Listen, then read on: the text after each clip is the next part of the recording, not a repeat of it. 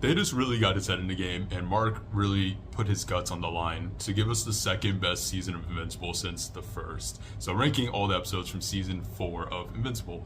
In last place, episode 4, why we need a Hellboy episode. At number 7 is episode 3, which follows like the Titan storyline, which like they just gotta retire because like no one cares at this point. Mark's constant like issue with like killing, which I feel is like such a tired out trope with his character, even though I feel like he's killed so many aliens and other people and everything. At number 6 is episode 1, which I found like an enjoyable like intro to that with a solemn melancholy vibe of like, Conquest kind of wrecking the world. But then it just kind of goes into like an awkward dinosaur fight. Again, back to Mark's like, should I, should not kill? And he doesn't talk like that. At number 5, we have episode 8, the finale, which I really like that they were brave enough to do a really quiet kind of like psychological ending that was really about the psyche of what Mark is going through. And obviously like the big ending with Rag and that reveal.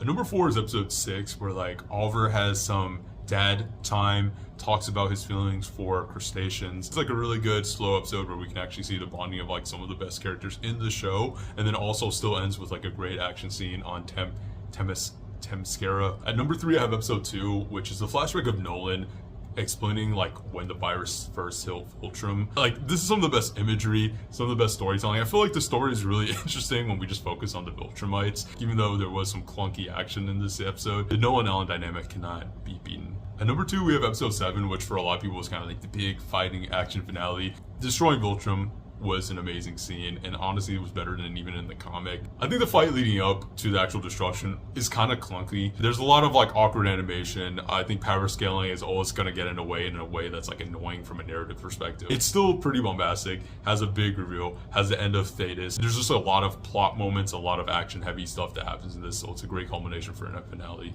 And then in first place, it's episode 5, like by like a huge margin. This is genuinely like the only like peak episode I thought. It starts off with Nolan arriving on Earth, and you see the dynamics between him and Debbie to get one of the best speeches in the whole show. You have his conversation with Art. He has Eve and Mark's relationship. Just amazing character work to really see the psyche of like where everyone is. And then I really like the kind of slice of life element of everyone on the ship trying to bond as a unit. Of course, it ends with the big fight. You have some of the Viltrumites fighting and everything with an okay fight, but Conquest versus Invincible, Mark, probably my second favorite fight in the show. How well it's animated, the amount of tension that there is, the attention to detail, just like the fight choreography is actually unique, and it's not just punching and everything. I think choking him out, whether, makes sense lore-wise or whatever, it's just like a really interesting dynamic for how to choreograph that fight. And obviously like the gut scene, the spaghetti scene, very appetizing and powerful and moving.